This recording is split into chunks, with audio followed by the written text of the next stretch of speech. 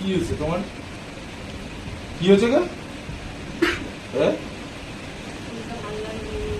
শরীর ভালো লাগছে না কেন? হঠাৎ আবার কি হলো? ঠান্ডাটা বুকে বসে গেছে তো কষ্ট হচ্ছে। আমার কাছে শরীর ভালো করার ওষুধ আছে, দেবো?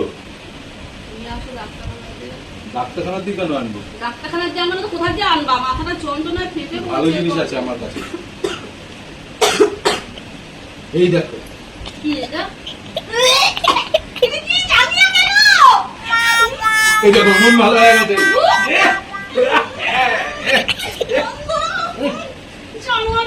মন ভালো করে দিয়েছি,